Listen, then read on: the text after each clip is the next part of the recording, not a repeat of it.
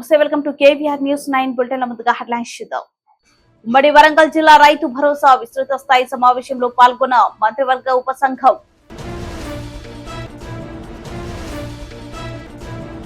Seasonal వ్యాధుల పట్ల ప్రజలు అప్రమత్తంగా ఉండాలి. కురుపాంలో పారిశుద్ధ్య పక్షోత్సవాల అవగాహన కార్యక్రమం.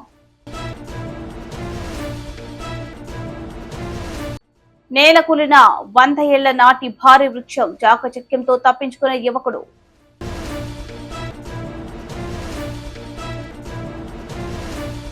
హన్మకొండ కలెక్టరేట్లోనే ఐడీఓసీ సమావేశ మందిరంలో రైతు భరోసా పథకం విధి విధానాలపై నిర్వహిస్తున్న ఉమ్మడి వరంగల్ జిల్లా కార్య సమావేశంలో ముఖ్య అతిథిగా పాల్గొన్న మంత్రివర్గ ఉపసంఘం చైర్మన్, ఉప ముఖ్యమంత్రి మల్లు భట్టి విక్రమార్క, సభ్యులైన రాష్ట్ర వ్యవసాయ శాఖ మంత్రి తుమ్మల నాగేశ్వరరావు, ఉమ్మడి వరంగల్ జిల్లా ఇన్ఛార్జ్, రాష్ట్ర రెవెన్యూ, సమాచార పౌర సంబంధాల శాఖల మంత్రి పొంగురెడ్డి శ్రీనివాసరెడ్డి, రాష్ట్ర అటవీ పర్యావరణ దేవాదాయ శాఖ మంత్రి కొండా సురేఖ, రాష్ట్ర పంచాయతీరాజ్ గ్రామీణాభివృద్ధి, స్త్రీ శిశు సంక్షేమ శాఖ మంత్రి దనసరి అనసూయ సీతక్క, ఎంపీలు బలరాం నాయక్, డాక్టర్ కడియం కావ్య, రాష్ట్ర ప్రభుత్వ విప్ రామచంద్ర నాయక్, ఎమ్మెల్సీ బసవరాజు సారయ్య, ఎమ్మెల్యేలు నాయని రాజేందర్ రెడ్డి, కడియం శ్రీహరి, దొంతి మాధవరెడ్డి, రేవూరి ప్రకాష్ రెడ్డి, కెఆర్ నాగరాజు, యశస్విని రెడ్డి, గండ్ర సత్యనారాయణ, మురళీ నాయక్, కార్పొరేషన్ల చైర్మన్లు, ఉమ్మడి వరంగల్ జిల్లా కలెక్టరేట్లు, అదనపు కలెక్టరేట్లు, వ్యవసాయ శాఖ సంబంధిత శాఖల అధికారులు, ఇతర వర్గాల నుంచి మంత్రివర్గ ఉపసంఘం అభిప్రాయాలను సేకరిస్తున్నారు. పట్టా ఉన్న రైతుకు మాత్రమే గతంలో రైతు బంధు రావడం జరిగింది. పట్టా లేని రైతుకు రాలేకపోయింది సార్.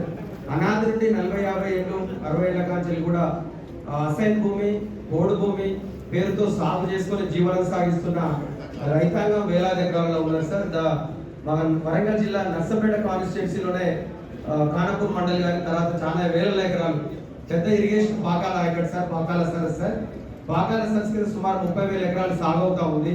కానీ పట్టా ఉన్న రైతులు మాత్రం 11,000 చిల్లర మాత్రం రైతులకు మాత్రమే అవకాశం ఉంది సార్. వారికి మిగతా రైతాంగానికి సుమారు 20,000 రైతాంగానికి ఎలాంటి పట్టా సదుపాయాలు లేదు సార్. కానీ కష్టపడుకుంటూ చిన్నగా రైతాంగమే సార్. ఎందుకంటే పొడుతో వచ్చి సాగు చేసుకుంటూ 3-4 జనరేషన్లు మారినాయి. కానీ వారికి రైతు బంధు పడటం లేదు సార్. దయచేసి నేను కమిటీకి, సబ్ కమిటీకి నాకు విన్నపం సార్. ఎంతమంది బోగస్ తెలంగాణలో అత్యధిక ప్రాధాన్యత కలిగినటువంటి వ్యవసాయానికి ప్రాధాన్యత ఇవ్వాలని గౌరవనీయులు శ్రీమతి సోనియా గాంధీ గారు, రాహుల్ గాంధీ గారు, ఖర్గే గారు వచ్చినటువంటి అనేక సందర్భాల్లో, అనేక సమావేశాల్లో ఇదే వరంగల్లో డిక్లరేషన్ కూడా ఇచ్చారు. వాటిని దృష్టిలో పెట్టుకొని ఈనాటి ప్రభుత్వం ముఖ్యమంత్రి గారి యొక్క ఆదేశాల మేరకి ఆ వాగ్దానాలు అమలు చేసేటటువంటి క్రమంలో రాష్ట్ర ప్రభుత్వం తీసుకున్నటువంటి ప్రధాన నిర్ణయాలు రుణమాఫీ, 2 లక్షలు రేపు ఆగస్టు నెలలోనే ఒకేసారి రుణమాఫీ చేయాలనేది ఒక భీష్మ ప్రతిజ్ఞ కింద ఆయన తీసుకున్నారు. దాన్ని అమలు చేయడానికి భట్టి గారు కసరత్తు చేశారు. రేపు ఎల్లుంట్లోనే దానికి సంబంధించినటువంటి విధి విధానాలు రూపకల్పన జరుగుతుంది. ఆగస్టులోనే రుణమాఫీ 2 లక్షలు చేయాలనేది ఈ ప్రభుత్వం యొక్క లక్ష్యం. రెండోది వచ్చేసి రైతు భరోసా. గతంలో రైతు బంధుగా ఎన్నికల ముందు అయితే మనం పార్లమెంట్ ఎన్నికల సందర్భంలో రైతుల యొక్క కోరిక మేరకి 7,562 కోట్లు ఒకే రోజు రైతుల యొక్క ఖాతాలో జమ చేశాం.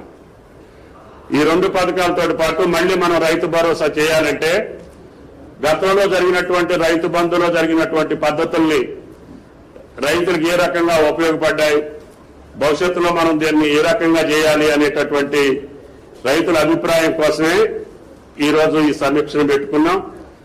కాబట్టి దయచేసి రైతులందరూ కూడా రైతు భరోసాను ఏ రకంగా చేస్తే సామాన్యులకి, చిన్నకారు, సన్నకారు రైతులకు ఉపయోగపడుతుందో ఈ సమావేశంలో మీరు వెల్లడించాలనేది ప్రభుత్వం యొక్క కోరిక. దీని తర్వాత ముఖ్యమంత్రి గారు ప్రభుత్వం పంట యొక్క బీమాను కూడా ఇవ్వాలని చెప్పి ఇన్సూరెన్స్ కంపెనీలతోటి రాష్ట్ర ప్రభుత్వం సంప్రదింపులు జరుగుతూ ఉంది. అతి కొద్ది రోజుల్లోనే దాన్ని కూడా ఫైనల్ చేసి గతంలో పంట నష్టం జరిగితే మనకి ఏ రకమైనటువంటి సహాయం వచ్చేది కాదు.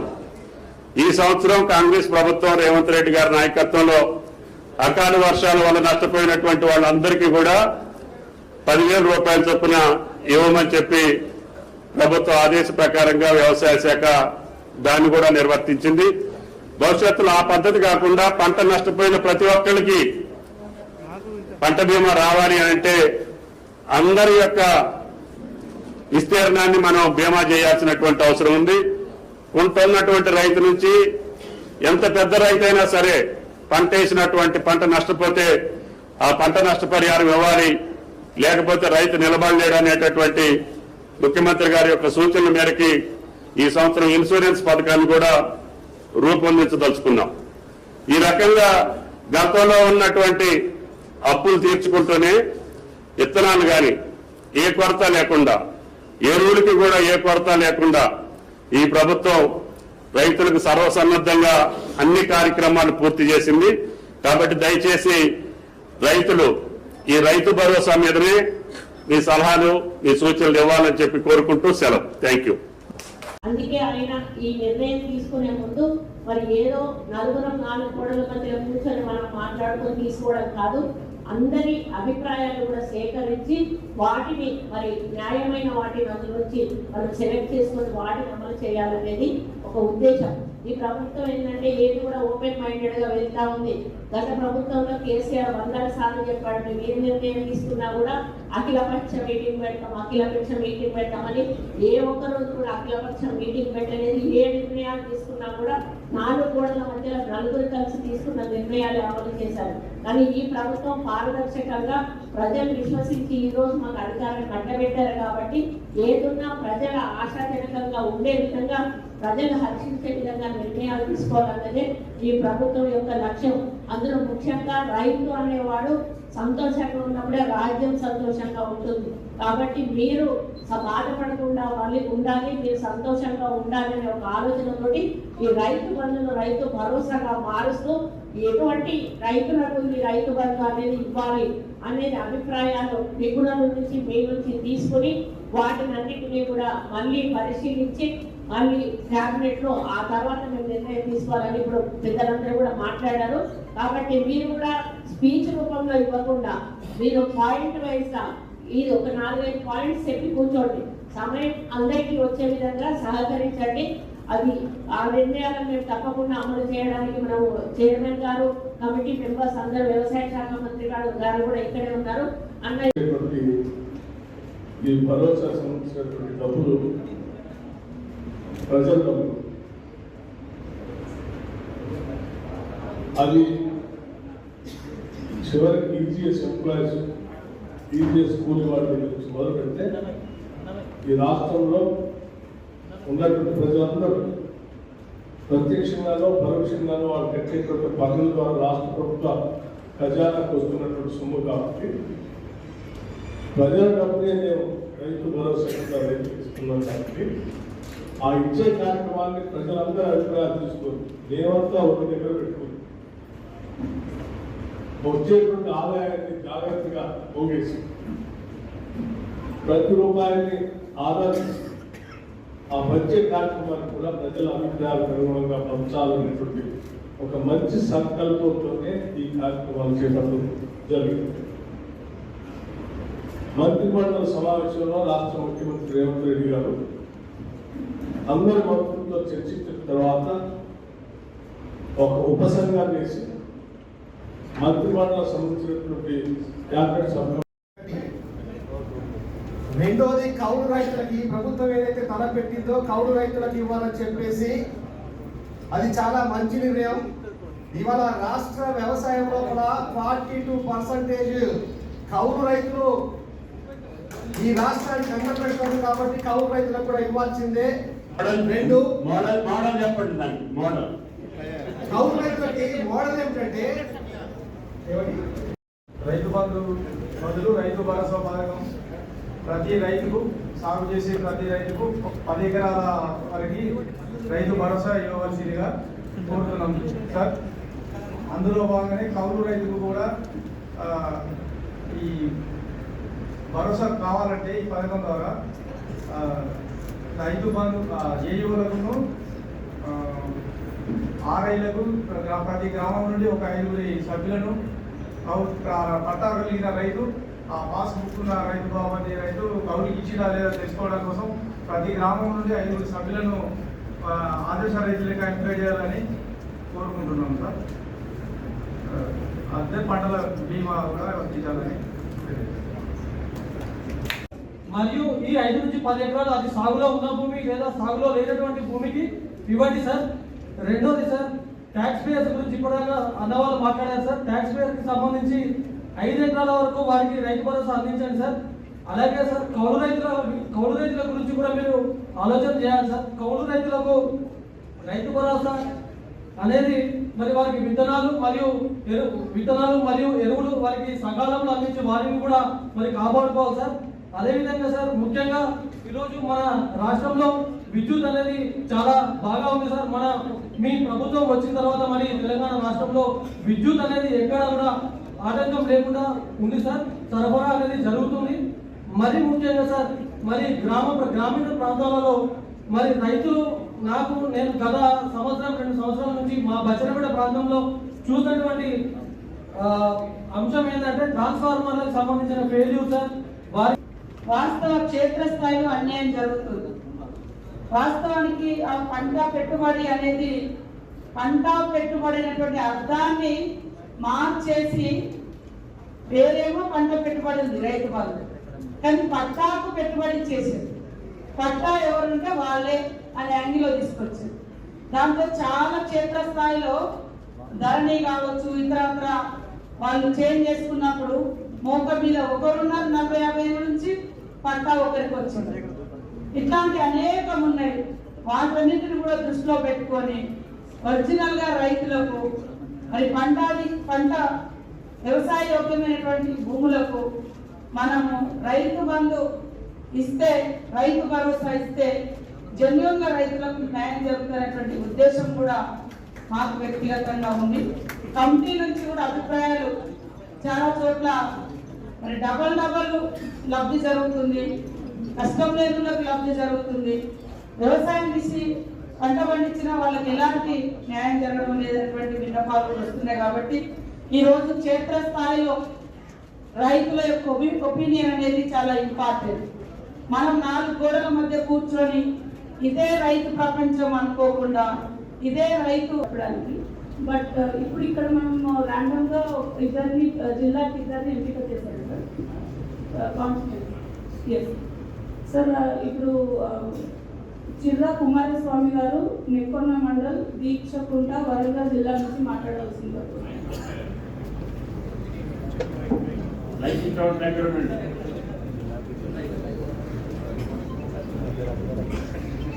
కొంచెం చిన్నగా పెట్టుబడి కోసం ఆసరా కోసం ఇస్తున్నారు. 10 ఎకరాలున్నా 5 ఎకరాలున్నా 4 ఎకరాలున్నా 50 ఎకరాలున్నా పెట్టుబడి ఎకరానికి ఎకరాల నిజాయితీ. కానీ ఆ 50 ఎకరాల రైతు కూడా వ్యవసాయం చేస్తున్నాడు. వ్యవసాయం చేసి రైతుకి కూర్చొని ఒక కౌలు వచ్చి ఏదో కూర్చుని ఇవ్వకండి. అట్లా ఇప్పుడు ఒక 10 ఎకరాలు 5 ఎకరాల నియమాలు పెడితే. హన్మకొండ జిల్లా ఎలకతుర్తి మండల కేంద్రంలో PHC hospital incharge doctor Srinath doctor Bhavani మాట్లాడుతూ వారం రోజుల నుండి ఒక రోజు తప్పి ఒక రోజు వర్షాలు కురుస్తుండటంతో ప్రజలు అప్రమత్తంగా ఉండాలని, పరిశుభ్రత పాటించాలని, వ్యాధుల పట్ల జాగ్రత్తగా ఉండాలని, బార్లలో, రెస్టారెంట్లు, చిన్న హోటల్లో, ఫాస్ట్ ఫుడ్ సెంటర్లో ఎక్కువ దోమలు ఉంటాయని, దోమలతో వచ్చే వ్యాధిని చలి జ్వరము కానీ, డెంగ్యూ జ్వరము కానీ, శ్వాసకోశ ఇన్ఫెక్షన్లు, వైరల్ ఫీవర్ ఏదైనా కానీ రాకుండా చూసుకోవాలని, మన ఇంటి ఆవరణంలో ప్లేట్ ను గిన్నెలను పరిశుభ్రంగా ఉంచుకోవాలని, జ్వరం కానీ, తుమ్ములు కానీ, వాంతులు, విరోచనాలు అయిన ఎడల దగ్గరలో ఉన్న ప్రాథమిక కేంద్రానికి వచ్చి డాక్టర్లను సంప్రదించి ఎడల తగిన పరీక్షలు చేసి ఇంకొకరికి సోకకుండా మందులు ఇస్తారన్నారు. ఈ కార్యక్రమంలో doctor Srinath, doctor Bhavani, lab technician Veena, pharmacist Ramesh, staff nurse Mamata, staff nurse Sukumari, health assistant Ramesh, supervisor Yadamma పాల్గొన్నారు. అందరికీ నమస్కారము. నా పేరు డాక్టర్ శ్రీనాథ్. నేను ఎలకతుర్తి పిఎస్సి మెడికల్ ఆఫీసర్ని మాట్లాడుతున్నాను. ఇప్పుడు మనకు ఈ సీజన్ రావడం వలన వర్షాలు పడడము, అక్కడక్కడ నీళ్లు నిల్వ ఉండడము, వీటి వలన మనకు వ్యాధులు సంక్రమించే అవకాశం ఉంటుంది. నేను చెప్పే చిన్న చిన్న పద్ధతుల వలన వ్యాధులు రాకుండా నివారించవచ్చు. Prevention is the better than cure. అంటే వ్యాధులు వచ్చిన తర్వాత దానికి ట్రీట్మెంట్ చేసుకునే బదులు వ్యాధులు రాకుండా చిన్న చిన్న జాగ్రత్తలు పాటించడం వలన మనము ఈ వ్యాధుల నుంచి దూరంగా ఉండవచ్చును. ముఖ్యంగా ఈ సీజన్లో సీజనల్ ఫీవర్స్ అంటే వైరల్ ఫీవర్స్, తలనొప్పి, ముక్కు నుంచి చీమిడి గారడము, గొంతు నొప్పి, చెవి నొప్పి, ఇలాంటి తీవ్రమైన జ్వరం రావడము, ఈ వైరల్ ఫీవర్స్ ఎక్కువ వస్తూ ఉంటాయి. దీన్ని నివారించడానికి మెయిన్గా వర్షంలో తడవకుండా ఉండాలి. ఒకవేళ తడిసిన వెంటనే వేరే బట్టలు మార్చుకొని, పొడి బట్టలు మార్చుకొని జాగ్రత్తగా ఉండాలి. రెండవది టైఫాయిడ్ ఫీవర్స్ వచ్చే అవకాశాలు ఉంటాయి. టైఫాయిడ్ ఫీవర్స్ అనేది కంటామినేటెడ్ ఆహార పదార్థాలు తీసుకోవడం వలన, కలుషితమైన ఆహార పదార్థాలు తీసుకోవడం వలన వస్తాయి. కాబట్టి దీన్ని నివారించడానికి మనము చేతులు పరిశుభ్రంగా, తినే ముందు చేతులు పరిశుభ్రంగా కడుక్కోవడము. రెండవది తీసుకునే ఆహార పదార్థాలు కలుషితం కాకుండా మంచిగా వేడి చేసిన ఆహార పదార్థాలు ఫ్రెష్ తినడం వలన మన టైఫాయిడ్ ఫీవర్ని నివారించవచ్చు. తర్వాత డయేరియా, లూజ్ మోషన్స్, వాంతులు వచ్చి డిహైడ్రేషన్ అయ్యే అవకాశాలు ఉంటాయి. ఇట్లాంటి దాని నుంచి మనం దూరంగా ఉండాలంటే వ్యక్తిగత పరిశుభ్రత మరియు పరిసరాల పరిశుభ్రత చాలా ముఖ్యము. చేతులు కడుక్కోవడము, తీసుకునే ఆహార పదార్థాలు అన్నీ వేడి స్వచ్ఛమైనవి ఫ్రెష్ తీసుకుంటే సరిపోతుంది. ఇంకా మలేరియా, డెంగ్యూ ఇవి కూడా చాలా డేంజర్. ఈ సీజన్లోనే వస్తాయి. ఇవి ముఖ్యంగా ఎట్లా వస్తాయంటే దోమకాటు వల్లనే వస్తాయి. సో దోమకాటు నుంచి మనం రక్షించబడితే మనం ఈ భయంకరమైన వ్యాధుల నుంచి రక్షించుకోబడతాము. అందుకోసమని మనము ముఖ్యంగా దోమలు పెరిగే ప్రదేశాలైన ఎక్కడైతే స్టాగ్నేట్ వాటర్ ఉంటాయో వాటర్ స్టాగ్నేట్ అవ్వకుండా, నిల్వ ఉండకుండా ఉంచడము. నిల్వ ఉన్న వాటర్లో మన కిరోసిన్ కానీ ఏదైనా ఆయిల్ కానీ చల్లడము. రెండవది పడేసిన కూలర్లలో నీళ్లు నిల్వ ఉంటాయి, వాటిని ఉంచకుండా చూడడము. ఇంటి చుట్టూ గోళాలు కానీ, వాడి పడేసిన టైర్లలో కానీ నీళ్లు నిల్వ ఉండడము. వీటి వల్ల దోమలు పెరిగే అవకాశం ఉంటుంది. ఇలా దోమలు పెరగడం వలన దోమల నుంచి మలేరియా, డెంగ్యూ వచ్చే అవకాశాలు ఉంటాయి.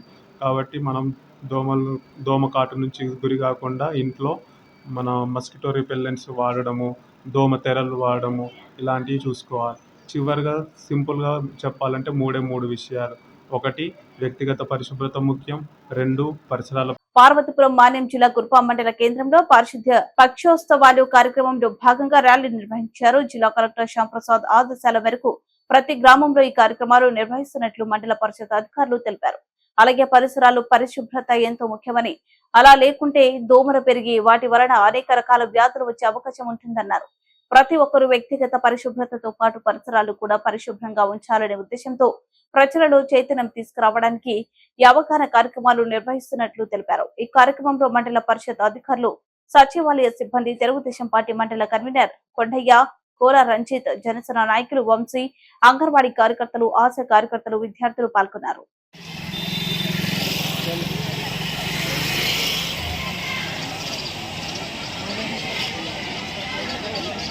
ఓకే సార్, అందరికీ నమస్కారం. మరి ఈ పరిశుభ్రత వారోత్సవాల్లో భాగంగా మనకి స్పెషల్ ఆఫీసర్ అయినటువంటి పంచాయతీ ఆఫీసర్ గారు మన పరిసరాల పరిశుభ్రత, చెత్తవేయకు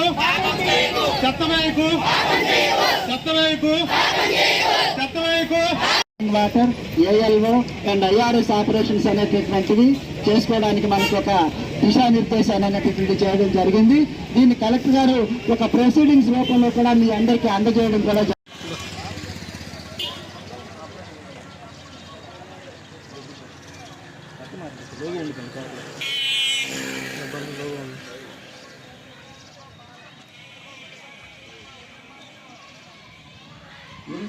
చెత్తవేయకు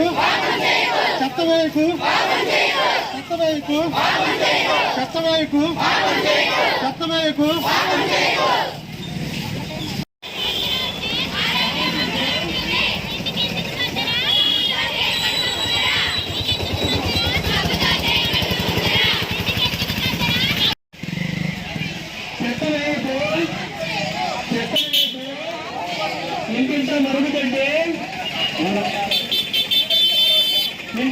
ఇంటింటా మరుగుదండి, చెత్తవేయకు. పార్వతీపురం మాన్యం జిల్లా కుర్పం మండలం కోనగూడ సెంటర్ భారీ వద్ద వృక్షం ఇటీవల కురిసిన వర్షాలకు ఒక్కసారిగా నేల కొరిగింది అదే సమయంలో ఆ చెట్టు కింద బండి ఆపి ఫోన్ మాట్లాడుతున్న పువ్వాల రాంబాబు అనే యువకుడు ఒక్కసారిగా భారీ శబ్దం రావడంతో చాకచక్యంగా ఆ యువకుడు పరుగులు తీశాడు. దీంతో స్వల్ప గాయాలతో బయటపడ్డాడు. అయితే గుమలక్ష్మీపురం కృపం అలాగే ఒరిస్సాకు వెళ్లి ప్రధాన రహదారి కావడంతో రోడ్డు పైన భారీ వృక్షం పడడం వల్ల వేరే దారి లేక వాహనదారులు ప్రయాణికులు అవసరపడ్డారు. అధికారులు స్పందించి రోడ్డు పైన కూలిపోయిన వృక్షాన్ని తొలగించడంతో వాహనాల రాకపోకలు యథాతథంగా కొనసాగాయి.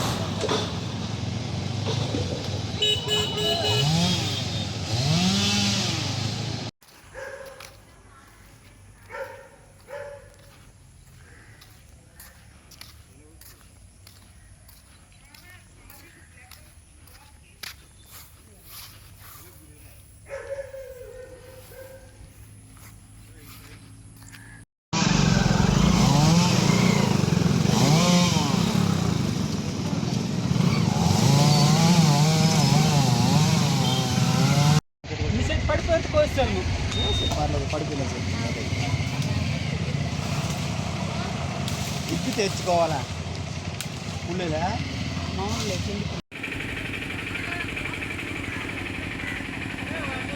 బుట్ట ముగించే ముందు హెడ్లైన్స్ మరోసారి. ఉమ్మడి వరంగల్ జిల్లా రైతు భరోసా విస్తృత స్థాయి సమావేశంలో పాల్గొన్న మంత్రివర్గ ఉపసంఘం.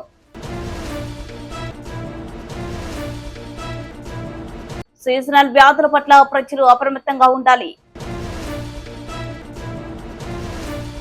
కురుపాంలో పారిశుద్ధ్య పక్షోత్సవాల అవగాహన కార్యక్రమం. నేల కూలిన 100 ఏళ్ల నాటి భారీ వృక్షం చాకచక్యంతో తప్పించుకునే యువకుడు.